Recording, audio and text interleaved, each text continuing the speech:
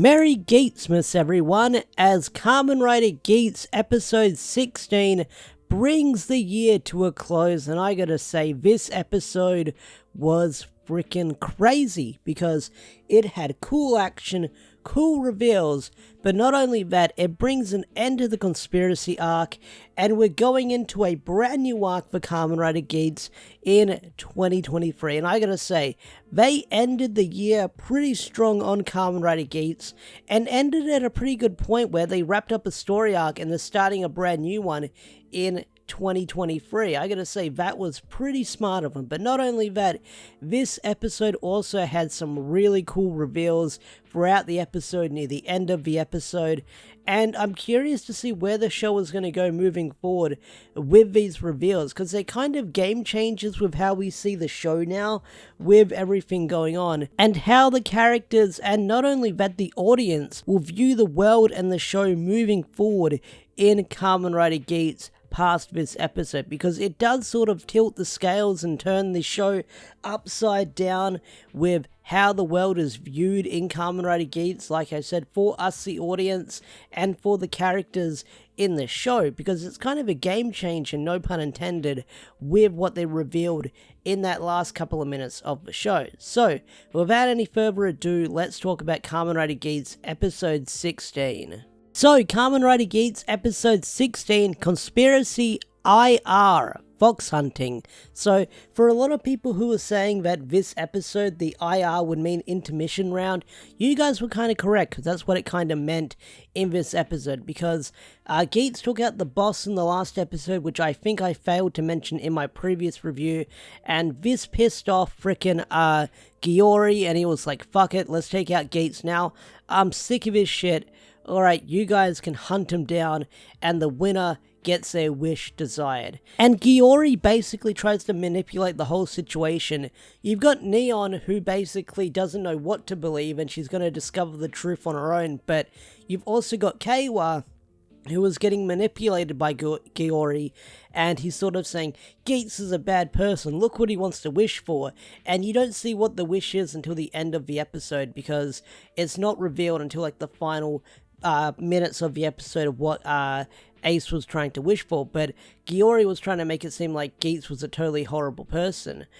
So Geats is just, not Geats, Keiwa is basically getting manipulated by the Game Master by making him think that Geats is a bad person, and Keiwa kind of falls for it, but it's sort of like a plan within a plan you find out within the episode, as sort of Keiwa has his moment throughout the episode, and he does go head to head with Geats in the episode, where we have Tycoon and Geats squaring off in the different jet and the cannon forms, and it's a pretty cool fight as they're flying around shooting each other, and it was really freaking awesome. But not only that, we see the defeat and the loss of Punkachak in this episode, and it sucks how he bites the dust, but I did like how they framed it at the start of the episode where he was attacking Geats, and they sort of cut away from his defeat and made it seem like Geats defeated him, but really you find out at the end of the episode he sort of blew himself up because of the control helmet, and that just shows that Giori has no remorse for any of the other players, and that's sort of what the tipping point for Keiwa is in this episode as well, where he doesn't like how Giori has no remorse for all these other players who have sort of been fighting for their dreams, and they didn't mean anything to him. He just viewed them as pawns, as he wanted to save the world and defeat the Yamato. And not only that, he hated Geats because Geats was sort of climbing his way up to the top, and he was becoming a problem in his eyes. So, this episode saw the elimination of Giori in this episode, where his plan sort of gets revealed, and the vice chairman of the game, sort of Thanos, snaps him out of the game.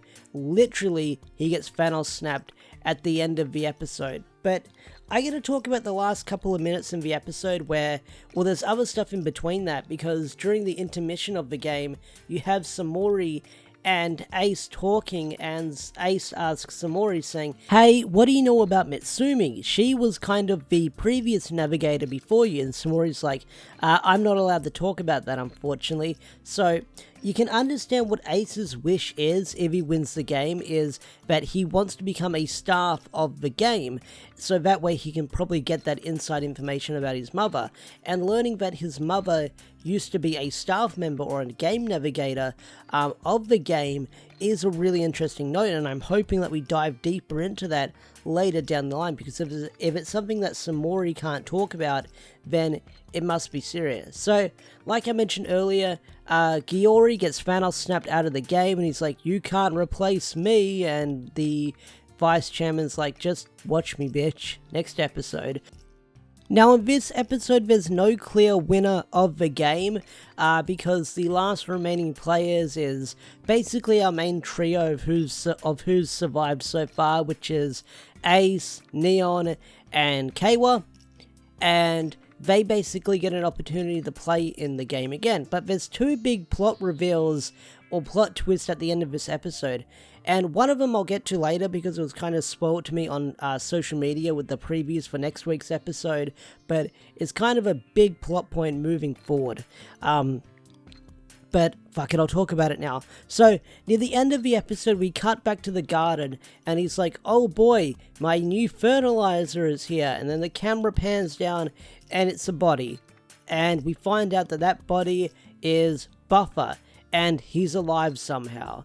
And the gardener says, "Oh, this must be a result of using the zombie buckle too many times," which means that the zombie buckle has some kind of side effect, which I'm guessing is that he's kind of a zombie. He can't die. I'm guessing that's what he means. But he's saying, "Oh, I can't wait to research on you and your course." So that's kind of creepy. But if you watch the episode preview, Buffer's alive, which is probably floating around on social media. If you follow the Toku Twitter and Spear for like screenshots of next week's episode previews, Buffer's clearly alive. He's standing. I'm sorry if I spoiled that for you, but it got spoiled for me, so I'm just being an asshole and spoiling it for you guys in this review. But one of the big reveals that is just casually revealed to the audience and to the players of the game is that they find out that the whole premise of the game is not to save the world.